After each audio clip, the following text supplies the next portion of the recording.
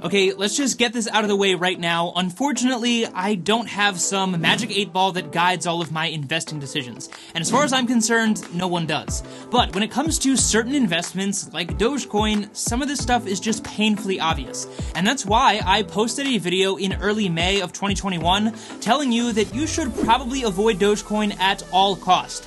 And well, the chart kind of speaks for itself. So today let's talk about how this crash was so obvious and easy to predict, what we can learn about it so that we can, dare I say, more safely invest in cryptocurrencies in the future, and of course talk about where Dogecoin could be headed in the future. Alright, let's jump right into it. What is going on, everyone? I hope you are all having a fantastic day. So to give you the full context of today's video, I posted another video back in early May that was literally warning you not to buy Dogecoin, and oh my gosh, did that spark a ton of heated debates in the comment section. I mean, I have some pretty thick skin, but that is still by far my most disliked video on my channel. But unfortunately, all of the to the moon comments in the world couldn't stop the crash that I was talking about in that video. And after peaking in early May at over 70 cents per Dogecoin, here we are just a few months later, and Dogecoin is hovering right around 20 cents or so. Now, I am not gonna sit here and pretend like I have all the investing answers and that I knew that this would happen 100%, because that is just not true. And the fact is, this could have easily gone in the other direction. And frankly, you might watch this video a few years from now and laugh at me because Dogecoin has gone to the moon after all. However, I think that most of us would agree that what Dogecoin experienced a few months ago was a prime example of a pump and dump. And while I'm sure that there are a lot of people that made tons of money, there's also probably a lot of people that got burned really badly. Now, in fairness, the entire crypto market as a whole has seen a very similar pullback in the past several months, with major cryptos like Bitcoin and Ethereum pulling back in a very similar fashion to Dogecoin. But while those coins continue to slowly recover, Dogecoin seems to have some struggles with that, and the fact that not a lot of people are talking about it anymore definitely doesn't help its case. So, how did a lot of people, not just myself, see this coming, and honestly, who cares? Well, this one is pretty self-explanatory looking at it retrospectively, but when any investment skyrockets like 10,000% in a short period of time, yeah, that's awesome if you got in early, and there certainly is money to be made there, but you need to ask yourself, is it really worth the risk if you were experiencing that fear of missing out, also known as FOMO? Now, if you're investing with money that you can afford to lose and you are basically just having fun with it, then it doesn't really matter, and this is no worse than going to Vegas and losing everything on blackjack. But as I talked about in my video back in May, when you start to truly buy into the idea that something like Dogecoin is a legitimate long-term investment and make it a significant part of your overall investing portfolio, that's where you can really start to get into some trouble. Now, naturally, nothing that I'm talking about today is super groundbreaking, nor is it investing advice in any way, shape, or form.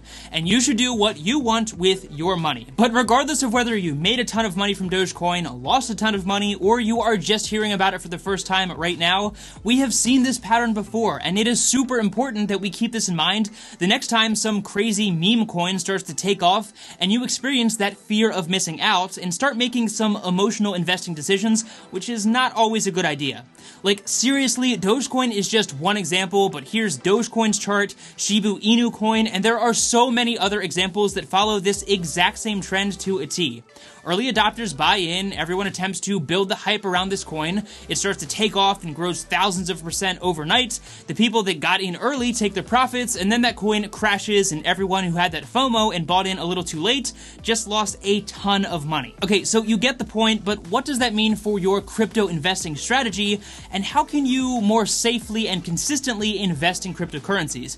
Because while there certainly are dangerous pump and dump coins that you want to avoid at all costs, in my opinion, crypto is the future in many ways, and if you're anything like me, then you probably want to be a part of that in some small way. Well, there's a million different ways that you can go about investing in cryptocurrencies, especially nowadays with the NFT space, but as someone who tries to automate their finances as much as possible, I personally keep it really simple and actually have Wealthfront automatically invest in cryptocurrencies for me. Now, that is not the topic of today's video, and I have made an entire review video on the Wealthfront crypto investing platform, but essentially they offer automated ETFs that will buy Bitcoin and Ethereum on your behalf and make it part of your regular investing portfolio. Now, on that note, I personally keep my crypto investing around 5 to 10% of my overall portfolio, and I would never go above 10% because even those well-known cryptos like Bitcoin and Ethereum are still incredibly volatile.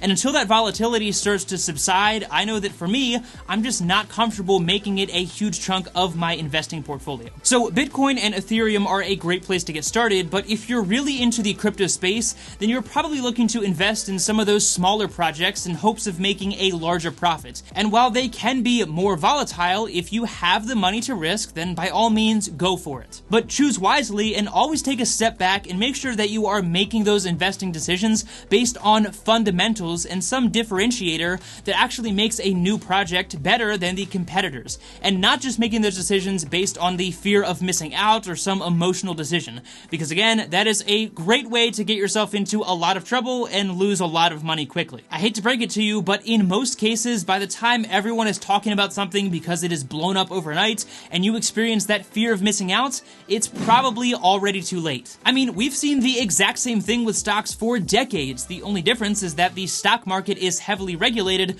but cryptocurrencies, not so much. That's why it is so incredibly important that you keep your head screwed on straight, remove emotions from the decision-making process, and at the core, that means that seeing a coin start to go through the roof in a matter of days and feeling like you are missing out on that opportunity is not a valid reason to invest in that project. So, with all of that in mind, I would love to discuss this with you down in the comment section, and while you might have a very different opinion than I do on the topic of Dogecoin specifically, I would love to know about that down in the comment section and what your experience was with this whole Dogecoin crash and the crypto pullback as a whole. There's probably a lot of you that made a lot of money from Dogecoin, and there's probably a lot of you that got burned badly. So I would love to know about all of your experiences down in the comment section and what your plan is going forward with Dogecoin. Speaking of that, where is Dogecoin headed after all? Well, unfortunately, my non-existent magic 8 ball is unclear on that one, and again, you might be watching this a few years from now and you're just laughing at me because Dogecoin is like $10 per Doge. But if that is the case, then I will say it right now, I was wrong. But personally, I just don't see that happening, and while it might continue to have that pump and dump pattern for the next few years, ultimately, I don't see it experiencing any widespread adoption as a form of legitimate crypto investment or any kind of useful crypto in our everyday lives. So again, I would love to know what you think of all of this down in the comment section below, and what your investing plan is with cryptos in general and with Dogecoin going forward, and whether or not you plan to continue investing in Dogecoin. Also, if you are curious about Wealthfront and their automated crypto investing, then I'll be sure to link to that full review video down in the description, as well as a link where you can sign up for Wealthfront and get your first $5,000 of investments managed for completely free. As always, if you did get value out of this content and you want to help support me, the easiest way to do that is actually checking out some of my favorite financial tools down in the description below, many of which will give you some free money when you sign up, which we always love. Be sure to hit the like button and subscribe to the channel, and share this video with someone who you think would get value out of this content as well. And of course, thank you so much for taking time out of your busy day to watch my video. I seriously do appreciate that so much. And regardless of whether you have a differing opinion on this topic or not, I really appreciate you taking the time to hear my opinion, and I would love to hear yours down in the comment section below. Take it easy, and I'll see you in the next one.